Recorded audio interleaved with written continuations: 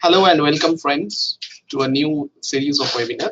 And today it is 18th of January 2019. We just had our weekly closing a couple of hours ago, and let us take a stock of the situation, how global equities, commodities, and equity market back home is performing, and what is likely to happen going forward, probably in the next 1 week. So let us start with how US dollar has been doing over the past week. Let me open the chart of the greenback.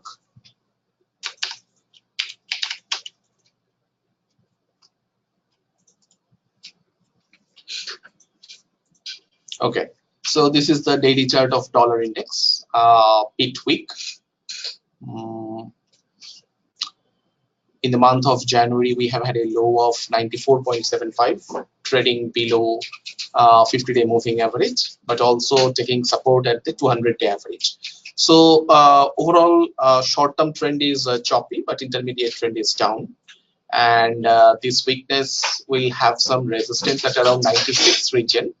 So we are expecting dollar index to remain weak. That means dollar against the 6 major currencies will remain weak. And if that is the case, then the strength in crude oil, the strength in gold and silver, the commodities, those are denominated in dollar terms, are likely to keep going higher.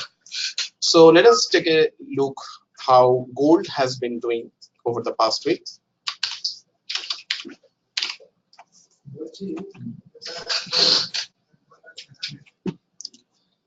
So this is the daily chart of gold, and for the past 2 weeks, nothing of significance is happening in this yellow metal, and it is actually trading in a very clustered region, very small region of just below 1300 to 1280, and it is a sort of consolidation after a strong run from 1200 to 1290 odd levels in 5 weeks or so.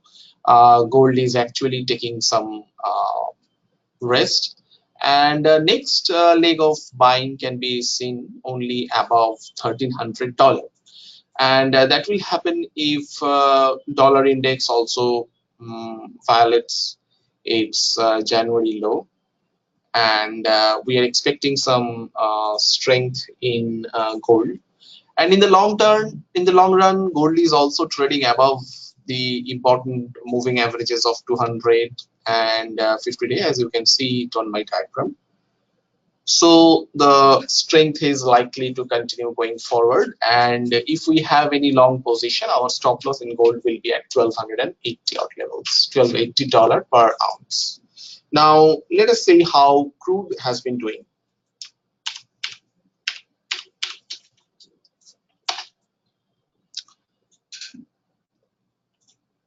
So this is the daily chart of crude oil. As you can see, crude is just taking out its 50-day average, which is a resistance, and the you can see the December high and the January high so far is approximately at the same level. So this can be said as a double top resistance area. So all the resistances are confluencing at the same level.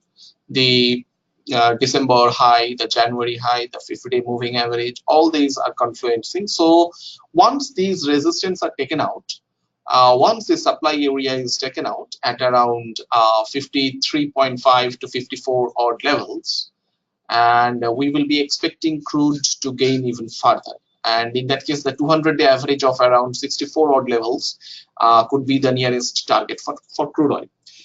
In our MCX term, the January series is expiring today, but approximately the price level is 3760 to 3770 odd levels. If crude manages to go past that level, we can expect to go even higher in crude oil. So this view is also being given in consideration with the weakness in dollar index. If dollar index remain weak, then we can expect the strength in crude oil and gold to continue even further.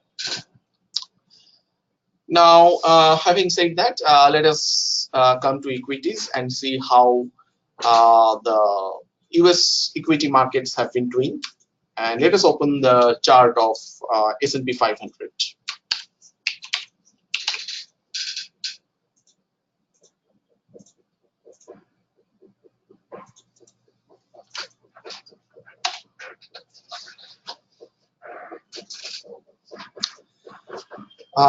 Quite surprising. This is the daily chart of S&P 500, which is the large cap index of US. And let us take a look how market actually dived below in the December. And just on the Christmas Eve day, it made a bottom. It created a bottom at around 2350 odd level. And the subsequent pullback has also been quite mesmerizing, right? From 2350 odd level, it has come down almost to 300 points, and right now it is trading at 2637 odd level, and it is also taking out the resistance of 50-day average. As you can see on my diagram, the blue line is the 50-day average. So yeah, the dip was spectacular, and the subsequent rise is also spectacular. Yes, there is a huge volatility, and that is what US market right now is displaying. What is expected going forward? Well, the primary downtrend has not been officially reversed as yet, because the series of lower tops are still there and prices are still trading below the important moving averages of 200-day. But having said that, we can identify the strength, right? We have seen strong buy signal in MACD, and recently S&P is also taking out a lot of resistances. So right now it is we like to see some pullback, some weakness, and if that weakness holds above 2500 or 2450 odd levels, that is the last time where the bottom was made, then we are going to have a higher bottom formation, and that will increase the odds of the continuation of the present strength, right? So we are maintaining a cautiously bullish view on S&P 500, and going forward we are expecting some rise to continue. Now let us come back to our domestic market and let us see how Nifty have been performing. This is the weekly chart of Nifty, as you can see it on my screen. And yeah, there has been quite a lot of choppiness, right? Which is unlike its US counterpart for the past 2 to 2.5 months almost. Although there has been a net upward movement and there is an upward bias, but the jaggedness is quite significant. Weekly rises followed by weekly falls, green candles, red candles. It is a noisy market, to say the least. Yes, 10,900 to 950 has been posing as a significant resistance area, and next leg of rise can be expected only above 10,950. In the short term, anything is possible. We cannot predict what is going to happen in the next 2 or 3 days. But if we break the time frame into a shorter one and actually take a look at the daily chart, we will see that yeah, prices are trading above the 50-day average. and some higher bottoms are also visible on the daily chart.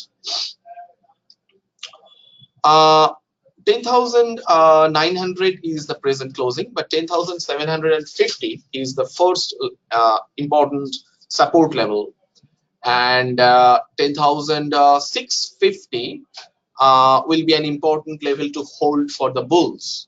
So if 10,700 holds, 10,650 holds, then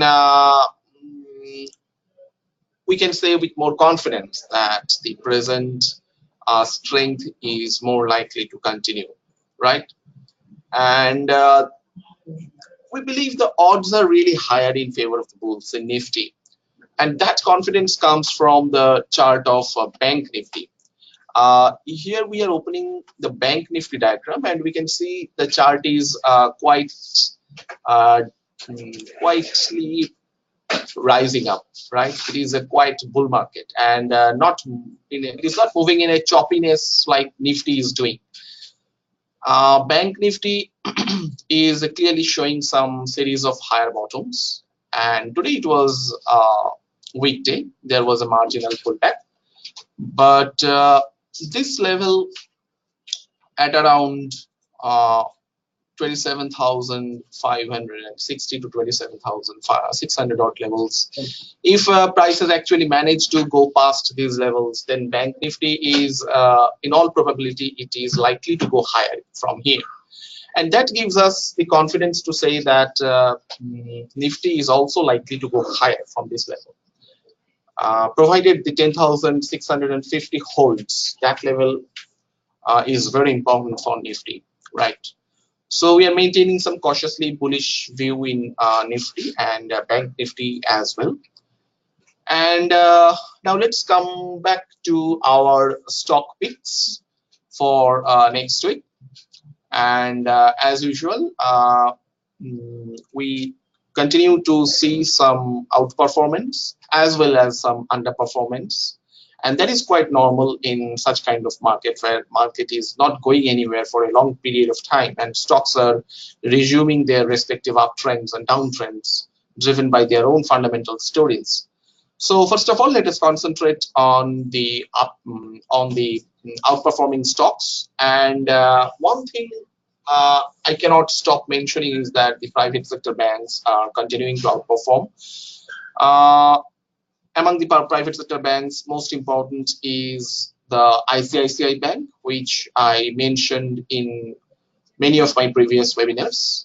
And ICICI Bank, let us open the chart of ICICI Bank. Here it is. So 2 weeks ago there was a strong movement, and right now it is defending its rise. The trend is no doubt upward. The stock is trading near to its lifetime high. It is a buy on pullback candidate. Currently it is trading at 372. You have to keep a stop loss at around 360 odd levels, or better 354, right? So ICICI Bank is our first pick in private sector banks for the next week. Axis Bank is the next one.